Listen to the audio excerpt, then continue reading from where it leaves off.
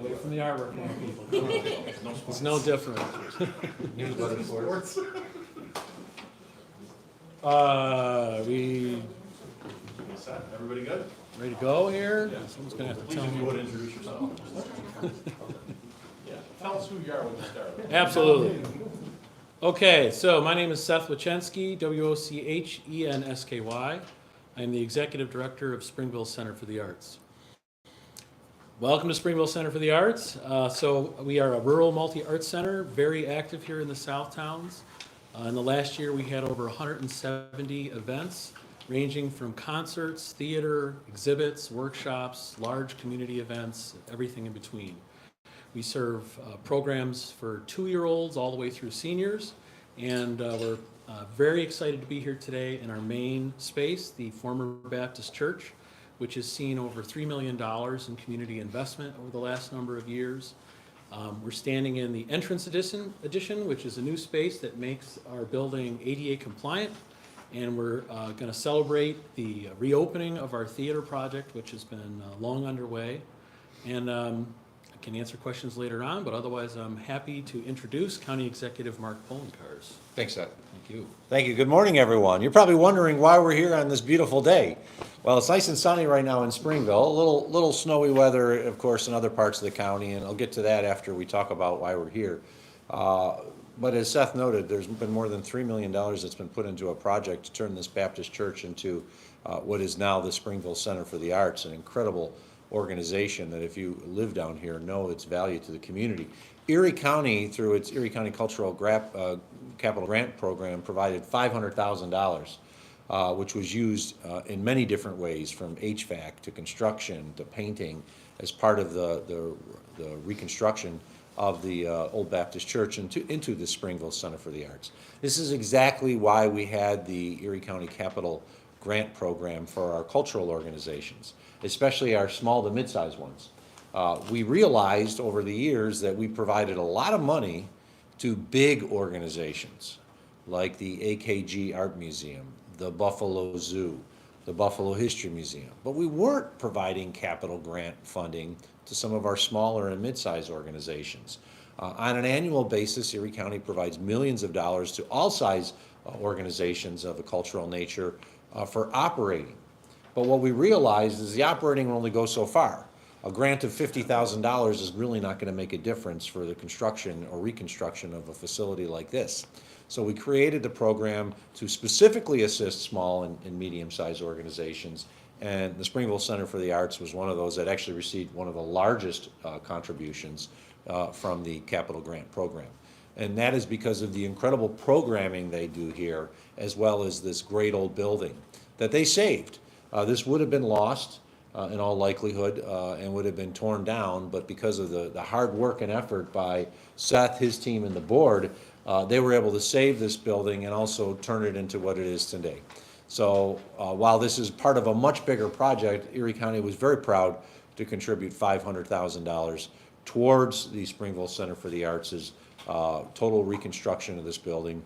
I hope you go through it because it's all kinds of stuff. It's not just what the art you see on the walls here.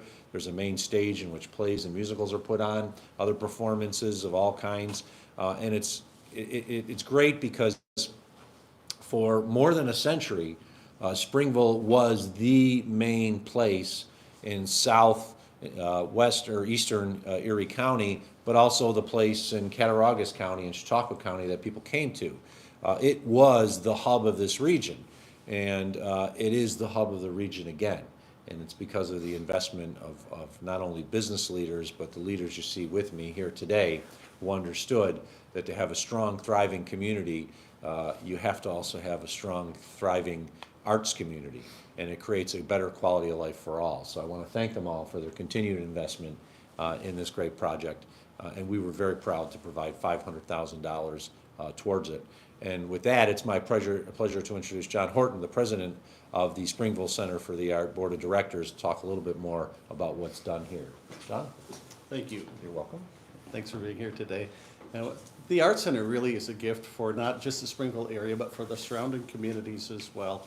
And grants like this that we receive from Erie County enable us to hire local contractors, right? And together with our wonderful dedicated volunteers, we have this beautiful arts center, which is just a hub of life. And so the Arts Center is a gift to our community, and we're grateful for your part. Thank you. Thank you. I'd like to introduce Thomas Baines, our Deputy Commissioner of the Department of Environment and Planning, who oversees this program with his team, including Tim, who's here today. They're the ones who actually reviewed all the applications, made certain that the organizations were capable of completing the projects. We didn't want to just give money and then have a project sit there. And then they also work with the organizations during the project to ensure that everything goes according to plan. So Thomas? Good morning again, Thomas Baines, Deputy Commissioner of Planning and Economic Development with Erie County. I'd just like to say a special thank you to Project Manager Tim German for his work with the organization to get this project underway and also complete. And also like to acknowledge Seth and the hard work that he has done and his team to make this project come to fruition to the stage that it's in right now. From a departmental standpoint, one thing that we love to see is organizations who strive to do a few things, one of which is make sure that their facilities are ADA compliant. That's super important so that this building has access to everyone. Also, we love to see when these organizations are focused on the economic development part of it, which is having a special interest in making sure the projects that were done here are with local work and local craftsmanship and artisans. So we know that that has economic impact on the community. And then the last thing I'll acknowledge is that this funding also supported the infrastructure piece of this building, which is the HVAC. And that HVAC is a heating pump, and we know that heating pumps are specifically very energy efficient. So we love to see when these organizations not only use our funds to enhance their projects and their organizations, but they do it in a way that's smart, that impacts the economic development in the community, and they also do it in a way that's energy efficient. So Seth, congratulations on a job well done. It's been a pleasure working with you. Our team has been, over the moon about what this project means to this community and also to Erie County. So thank you for your support. I gotta, hold on. Tell them what you saw when you first Oh, came out great, here great, compared great, to great. what it is now. So if you ever have the opportunity to visit this beautiful church here, they've converted the sanctuary into a theater, and we know that. That's the big hoorah today. But when we first visited, myself and Tim, we entered the sanctuary and the complete floor was missing. It was what I like to characterize as a dirt pit. A dirt pit. And there was an excavator, a small excavator in that dirt pit. And I looked at Seth and I said, my gosh, you got a lot of work ahead of you, my friend. But that really speaks to the vision of this strong leader here and the ability to get it done and to also have vision, because I'll be honest, I couldn't see it at the time that I saw it. So again, thank you, Seth. Are there any questions on topic from the media? Yeah, Steph, can you tell us, what's this mean for the future now? What can you do more stuff? Can you hire more people? What Absolutely. So, sure, we were happy to reopen the theater this past August with the production of Hadestown, performed by 19 and under kids, and we had our last adult production this fall, A Fiddler on the Roof. It's been great to get back into the space, and we've been out of it for a while with the pandemic and construction. So it's a huge impact on the organization and the community. Of course, it's not done. You'll see that we're in there with temporary seating and a lot of unfinished spaces. However, this is going to propel us into the next phase of work. We've got applications into New York State Council on the Arts, and we're actively raising funds from the community for our chair campaign right now to raise funding to put in the permanent seats. But overall, having this theater space, it is a big economic driver for the community. As a resident living right down the street, all you have to do is come by any night when there's activity here, and you can see the building is lit up. There's nowhere to park. There's people coming in and out of the building. It's a huge deal, and all the restaurants know that. It's a big deal for the community beyond just the arts impact. Talk about the timing of just everything, because not only was this part of this exhibit almost a new addition, but the theater area was also flipped, with the stage being on one side to the other. Just talk about the timing of that. A little bit of the progress. Yeah. So the community rallied together in 2007 and purchased this building. At the time, it had so many holes in the roof, there were trash cans all around to collect the water. We moved in here on a temporary basis, and it was a huge boost to the organization. And over time, we've done successive phases of construction. First, the south wing, the gallery space. We installed ADA compliant bathrooms and the elevator. In 2019, we started this entrance addition where we're standing right now, which was, kind of waylaid by the pandemic, but then completed last year. And then the theater was started just at the tail end of the pandemic and completed. So we've been doing phases of work for now basically 10 years. It's been a long-term project for us.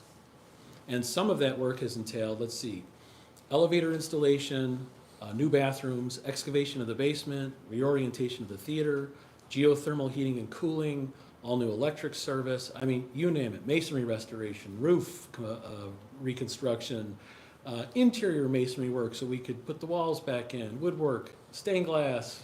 The list is pretty endless, and there's still a long list to go.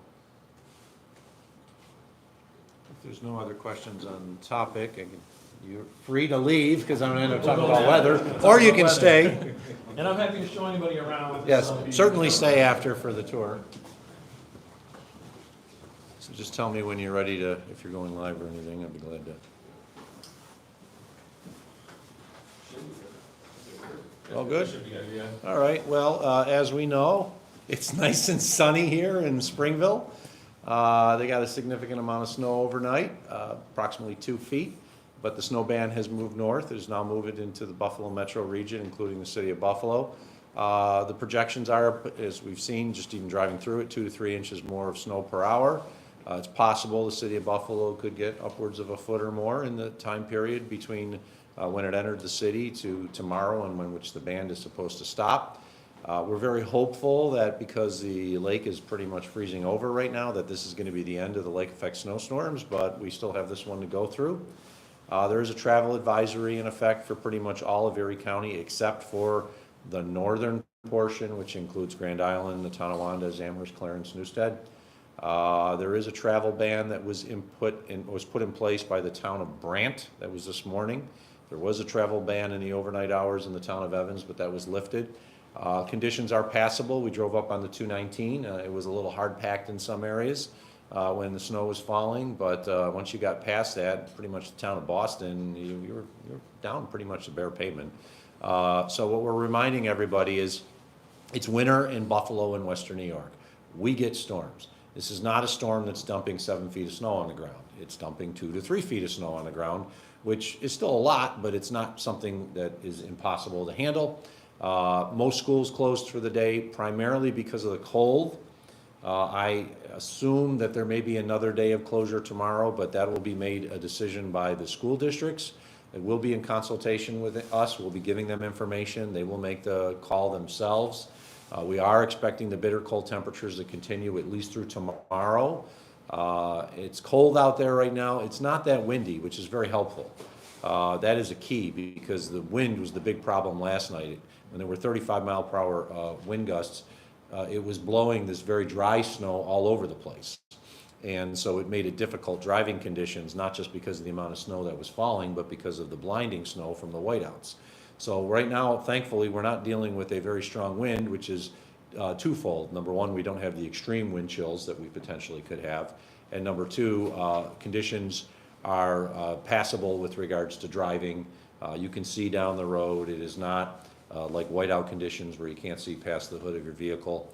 So that's a good sign, and let's hope it continues like that. Our Erie County Department of Public Works plows were out all night. I want to dispel a misnomer, which is the county does not plow in the overnight hours. The county is on 2 12-hour shifts from noon to midnight, midnight to noon. We have people, drivers going out in all hours. So the county roads were in pretty good shape this morning. The state roads were in pretty good shape. Some of the town roads and subdivisions may not have been in as good a shape as people would like. But in general, the community's in pretty good condition considering the amount of snow that fell in the south towns last night. And we're talking with our partners in the city of Buffalo. I talked to Mayor Chris Scanlon last night.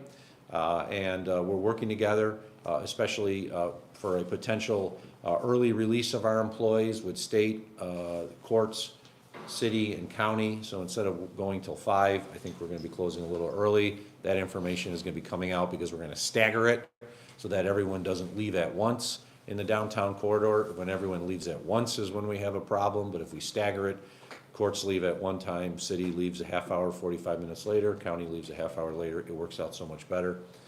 So hopefully this is the last 24 hours we'll be dealing with lake effect snow for this year. Let's keep our fingers crossed that that's the case. Let's hope that the temperatures warm up a little bit. There's a lot of great fresh powder that fell, and I know the ski resorts are really looking forward to people coming out. And we certainly want people to go out to the ski resorts or go out to one of our great Erie County parks where everything's free. With that, I'll entertain any questions. Obviously, in driving to Orchard Park, that's a big difference from even the city of Buffalo and then north. What would you tell employers? There's been, I've heard overnight of employers trying to get their employees in, and we spoke about this more than a year ago, just planning, after what we went through the blizzard. Do you just have a message for employers knowing where their workers are if they're traveling from parking areas? Well, if there's first off a travel ban in any particular location, the employer should not be holding anyone responsible who may live there or have to drive through there. We don't want people driving through an area where a travel ban is in place. It's a set of travel advisories in place. The key is that people need to leave earlier, knowing that roads are going to be slower, and be prepared, which means have an emergency kit in their car, including hats, gloves, blankets, other things, so that if they did get stuck, they're not going to be too cold in their vehicle. To the employers, we always recommend that if conditions are so bad, if you can close, let your folks get out. But if it's so bad, you don't want them on the roads either. One of the things that we realized in the blizzard is the vast majority of individuals who were caught in it left hours after the driving ban had been implemented. And they left safe locations. And we want people to remember, if it's really, really bad out, don't go out in the storm, stay where you are. If you have to stay at your workplace for 2 more hours and let the band move, stay at your workplace for 2 more hours. It's much better to be there in a safe location than to try to go out on the roads where it might not be as safe. If we are getting snow at a rate of 2 to 3 inches per hour, we can handle that. That's what is predicted, is snowfall up to 3 inches per hour. If it goes to 5 inches per hour, that's when it gets really bad. And that's when it's very difficult to keep up with the plows, and then we get a lot of vehicles on the road. It slows down our efforts.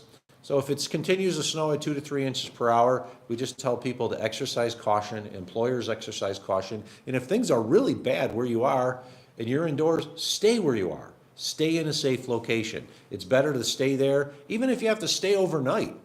The worst case scenario is you stay overnight in your office or your work location and you just drive home in the morning rather than getting stuck in the bad weather. You mentioned 5+ inches is tough for plows to keep up. What is the standard time for a plow to go? Well, the plow routes are rough. If it's dry, it's 2.5 to 3 hours. Once snow falls, it's about 4 hours. But once you get to the 3 to 5 inches per hour rate, now it could take upwards of 6 hours for a plow to do one route. And that, if you think about it, if it's falling at 3 inches an hour and it takes them 6 hours, there's 18 inches of snow on the ground by the time the plow comes again.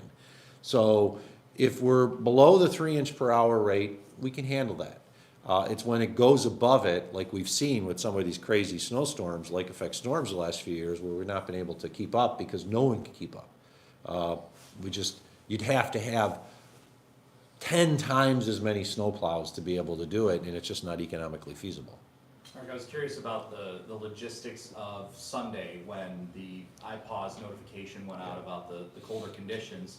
I know I was at the stadium and people were getting that notification, and it's just echoing throughout the stadium there. But curious just with the logistics of sending that out versus this morning with the 2 kids that were missing, and then I know that's Amber Alert, that's a little different, but not having something like that sent out. Well,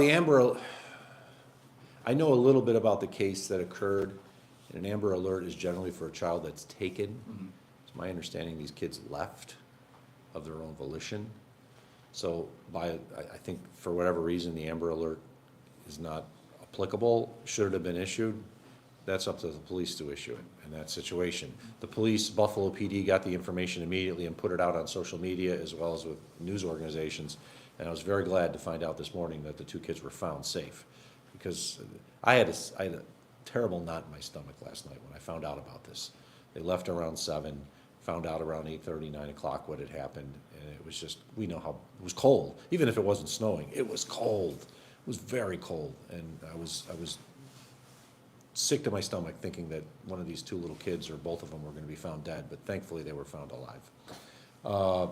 We decided to issue the iPause alert on Sunday for two reasons.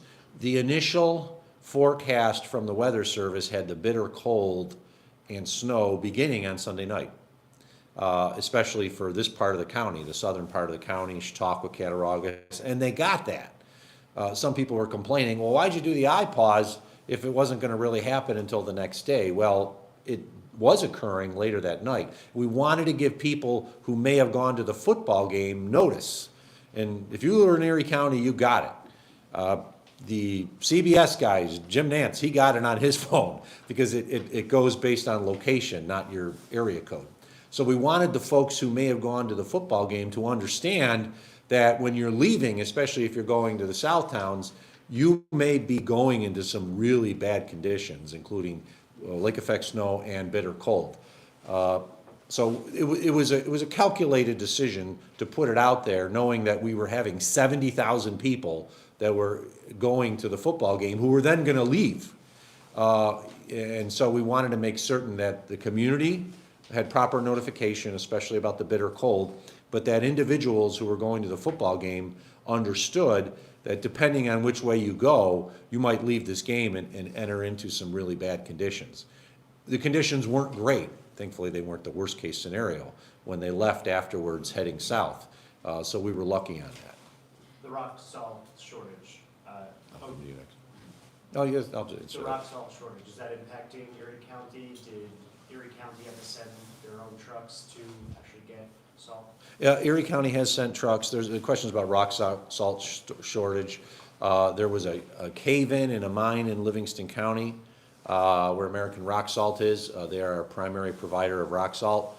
And as a result, they've had a significant reduction in the amount of rock salt that they could deliver. There's also a driver issue. We have rock salt. We've sent trucks to the mines to get it. I also want to thank the City of Buffalo. City of Buffalo had some excess rock salt, and they provided to us a couple days ago to help us just get through that 24-hour period. But we're picking up the salt, we're bringing it for the county, and we're also delivering it to other highway barns for local towns and villages in Erie County that rely on our contract. When it comes to snow, it seems like the county is prepared for this evening. What about the cold, these freezing temperatures? Are there any concerns at the county level? Well, with regards to the cold, first off, we have our code blue shelters all open. So for the homeless, there are street teams that will go out in these very bitter cold temperatures to bring them in. Sometimes the homeless don't want to come in, but we bring them in these really cold situations because we don't want anybody out inside. There are warming shelters that have been established in the City of Buffalo. A number of the towns technically don't have warming shelters, but they may have their senior center open or their youth center open, and anybody can come in during the daylight hours. The one thing I'm very glad of with regards to this is we have not had any power outages, to my knowledge. That would have caused significant problems. A high portion of those who died in the blizzard of 22 did not die out on the roads, were not found in a snowbank. They were seniors who perished in their homes because they lost power and they died of hypothermia after 2 or 3 days of it. And that was heartbreaking because we couldn't get to the folks. And unfortunately, they passed because of the cold temperatures, many of them in their own home. So we didn't have the power outages, which is a key factor. If we had power outages with these bitter cold temperatures, I'd be very worried about what we'd be seeing in the community. We'd be picking people up from their homes and bringing them to warming shelters, but thankfully we're not in that situation. We just remind everybody they're still predicting potential of -15 to -20 wind chills, primarily tonight, it sounds like. Those are life-threatening bitter cold temperatures if you're out there without proper equipment. So we just remind everybody, if you're going out, especially in your car, make sure not only are you dressed appropriately, but you got excess gloves and hats. I have to admit, I was driving into work this morning, and I was looking at three people back to back who were all holding cell phones, walking or sitting at a bus stop, and none of them had gloves on. I'm like, wear gloves. You'll notice it quickest with the cold with your gloves and your hat, or your head. Wear a hat. Make sure you got good boots. Do what you can to keep yourself warm in those situations. Layer up. I mean, that's the best way to keep warm is layer up. I got multiple layers on right now. I put the sweater on underneath the suit just because it's cold out. We remind everybody to exercise common sense. If you don't need to go out in the bitter cold temperatures, especially if it's snowing, don't go out. If it's an emergency and something happens, call 911. We will respond. But if you do not need to go out, don't go out. And we ask people to always be prepared for the worst. If you have a car that you're driving and it's got just a tiny bit of gas left in it and you're stuck on the road, you're going to run out of gas, and then what happens? Hopefully you have cold weather gear in your car to keep you warm. So just remind everybody, we are expecting the bitter cold wind chills to come primarily tonight through the overnight hours. If you don't need to be out, don't be out. And one final shout out to the workers in our public works, our utilities and other departments that are out there in the overnight hours. Sanitation workers, those that have to work in these conditions. I just want to say thank you to them. A lot of people, I was up in the middle of the night dealing with these issues, making phone calls and getting reports from the field, but I was in my house. It was nice and warm. And the workers that were in the plows were out in the bad conditions in the cold. And I just want to say thank you to them. All right, thanks everyone.